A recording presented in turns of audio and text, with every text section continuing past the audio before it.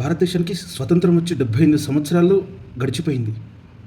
Amrit call, Viksit Bharat 2047 అంటూ మనం పరుగులు పెడుతున్నాం. ఇట్లాంటి సమాజంలో కూడా ఇప్పటికీ మనం కుల వివక్ష, మత వివక్ష, అంటరానితనం, జాతి వివక్ష ఎదుర్కొంటున్నామంటే మనం అమృత్ కాల్ వైపు అడుగులు వేస్తున్నామా లేదా వెనుకబాటుతనానికి అడుగులు వేస్తున్నామా? ఒకసారి మనల్ని మనమే ప్రశ్నించుకోవాలి. ఇదే కుల వివక్ష ఈరోజు ఒక నిండు ప్రాణాన్ని బలి తీసుకుంది. సమాజంలో ఒక సామాన్య పర్సన్ కాదండి, సమాజంలో అత్యున్నత సర్వీస్లో పనిచేస్తున్న వ్యక్తినండి. ఐపీఎస్ పూరన్ కుమార్ గారిని ఇదే కుల వివక్ష ఈరోజు బలి తీసుకుంది. ఐపీఎస్ పూరన్ కుమార్ గారు ఐజీ ర్యాంక్లో హర్యానా కేడర్కి చెందిన వ్యక్తి. ఇతను అక్టోబర్ 7న తన నివాసంలో తన సర్వీస్ రివాల్వర్ తోటి కాల్చుకొని ఆత్మహత్య చేసుకున్నారు. ఐపీఎస్ పూరన్ కుమార్ గారు మన తెలుగువారు. ఇతను 1994 బ్యాచ్ ఓయూ విద్యార్థి. ఓయూలో ఎలక్ట్రానిక్స్ అండ్ కమ్యూనికేషన్స్ ఇంజనీరింగ్లో బీటెక్ చేసి తర్వాత ఐఏఎం అహ్మదాబాద్లో పీజీ పూర్తి చేశారు. ఇతనికి 2 డాటర్స్. ఇతని భార్య తను అత్యంత ఉన్నతమైన స్థాయిలో ఉన్న వ్యక్తి అమ్నిత్ పి కుమార్ గారు హర్యానా కేడర్కి చెందిన ఐఏఎస్ అధికారిని.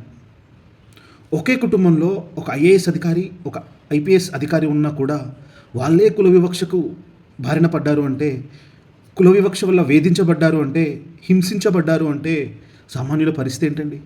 ఈ భారతదేశం ఎటువైపు అడుగులేస్తుంది? వికసిత్ భారత్ వైపా లేదా అంటరానితనం, వెనకబాటుతనం వైపా? ఒక్కసారి మనల్ని మనమే ప్రశ్నించుకోవాలి. ఐపీఎస్ పూరన్ కుమార్ గారు తన భార్య ఇద్దరు 2001 బ్యాచ్ సివిల్ సర్వీస్ వాళ్ళు. హర్యానా కేడర్కి చెందిన వాళ్ళే. పూరన్ కుమార్ గారు చనిపోతూ ఒక 9 పేజీల సూసైడ్ నోట్ రాశారు. ఆ సూసైడ్ నోట్లో ఆల్మోస్ట్ అందరి పేర్లు, తనని ఎవరెవరు వేధించారో అందరి పేర్లు దాంట్లో పేర్కొన్నారు. అలాగే తనకు ఎవరు సహాయం చేశారో వాళ్ళ పేర్లు కూడా పేర్కొన్నారు.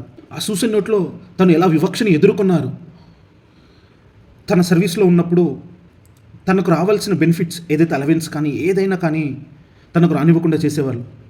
అండ్ అందరికీ లేని రూల్స్ ఇతనికి ఒక్కరికి సపరేట్గా రూల్స్ పెట్టారు. తనకి ఎలా ఫ్రీక్వెంట్ ట్రాన్స్ఫర్ చేశారో, ఏ పొజిషన్లో కూడా తనను 1 సంవత్సరం కంటే ఎక్కువ ఉంచలేదు. ఇలా పబ్లిక్లో హ్యారాస్ చేయడం, ఇవన్నిటి వల్ల తను మనస్తాపానికి గురైపోయి ఆత్మహత్య చేసుకున్నారు. అమ్నిత్ కౌర్ గారు ఒకటే డిమాండ్ చేస్తున్నారు, తన భర్త చావుకు కారకమైన ఎవరైనా కూడా వారిని ఎఫ్ఐఆర్లో చేర్చాలి, ఎఫ్ఐఆర్లో పేరు చేర్చాలి. అలాగే వారిని ఎస్సీ ఎస్టీ అట్రాసిటీ కేసులో నమోదు చేయాలి అని తను డిమాండ్ చేస్తూ ఉన్నారు. పూరన్ కుమార్ మాల సామాజిక వర్గం చెందిన వ్యక్తి. పూరన్ కుమార్ మాల సామాజిక వర్గానికి చెందిన వ్యక్తి. ఒక దళితునిగా పుట్టి అత్యున్నత స్థానానికి ఎదిగి భారతదేశంలోనే అత్యంత టఫెస్ట్ ఎగ్జామ్ చదివి పాస్ అయిపోయి సర్వీస్లో చేరిన తర్వాత ఇలాంటి వివక్షను ఎదుర్కొన్నారు అంటే నార్మల్ సామాన్యుల పరిస్థితి ఏంటండి? సంఘటన జరిగిన తర్వాత హర్యానా సీఎం సైని గారు బాధితులను పరామర్శించారు. మన సీఎం రేవంత్ రెడ్డి గారు అండ్ బట్టి విక్రమార్క గారు కూడా పరామర్శించారు. సంఘటన జరిగిన తర్వాత పరామర్శిస్తే వచ్చే లాభం లేదండి. దానికి ఒక కన్స్ట్రక్టివ్ స్టెప్స్ తీసుకోవాలి. సమాజంలో ఇలాంటి వివక్ష ఉండకుండా వాళ్ళు తగిన చర్యలు తీసుకొని, ఈ సంఘటన జరిగిన తర్వాత హర్యానా పోలీస్ వాళ్ళు రోహ్టక్ ఎస్పీ గారిని సస్పెండ్ చేయడం జరిగింది. డీజీపీ గారిని లీవ్లోకి పంపించారు. మనం చాలా చోట్ల చూస్తుంటామండి, కింది స్థాయి వ్యక్తుల్ని పై స్థాయి వ్యక్తులు ఎప్పుడు అణిచివేయడానికి ప్రయత్నిస్తూనే ఉంటారు. అలాంటి వివక్షనే ఇతను కూడా ఎదుర్కొన్నాడు. ఇతని పై అధికారులు పబ్లిక్లో హ్యారాస్ చేయడం, అవమానించడం, మెంటల్ టార్చర్ పెట్టడం, దానివల్ల ఇతను ఆత్మహత్య చేసుకున్నారు. మన సమాజంలో ఇలాంటి నీచ బుద్ధి ఉన్న వ్యక్తుల వల్ల మన సమాజానికి చెడ్డ పేరండి. ఇది ఆ ఒక్కరికి చెడ్డ పేరు కాదు, సమాజం మొత్తానికి చెడ్డ పేరు. ఇలాంటివి మళ్ళీ జరగకుండా ఉండాలి అంటే ఇప్పుడున్న యువత కదం తొక్కాలి. ఎవరైనా కూడా, ఏ స్థాయి వ్యక్తులైనా కూడా, ఏ కులం వ్యక్తులైనా కూడా చదువుకుని ఒక ఉన్నత స్థాయికి వచ్చిన తర్వాత వాళ్ళు ఏం చదువుకొని వచ్చినారు అని వాళ్ళకు గుర్తుండాలండి. ఇలాంటి వివక్షను గురి చేయకూడదు ఎవరిని కూడా, ఇలా ఎవరిని బాధ పెట్టకూడదు. సమాజంలో మనం ఎన్నో వివక్షలు చూస్తూ ఉంటాం ఇప్పటికీ కూడా.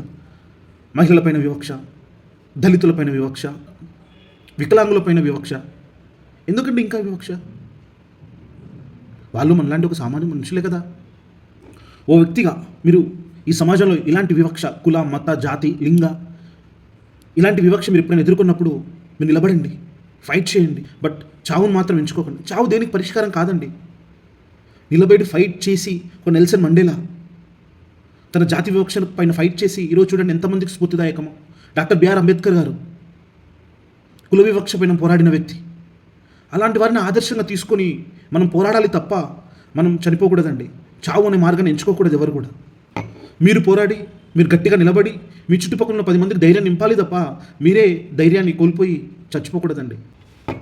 మన ఈ భారతదేశం కుల, మత, లింగ, అంటరానితనం ఇలాంటి వివక్షలు వేళ్ళ దగ్గర నుంచి నిర్మూలించాలని కోరుకుందాం. చావు దేనికి మార్గం కాదండి. చావు దేనికి పరిష్కారం కాదు. పోరాడాలి, నిలబడాలి, ఎదుర్కోవాలి, జయించాలి. ఇదే మార్గం. Justice for Puran sir. Thank you. ఇట్లు మీ ప్రవీణ్.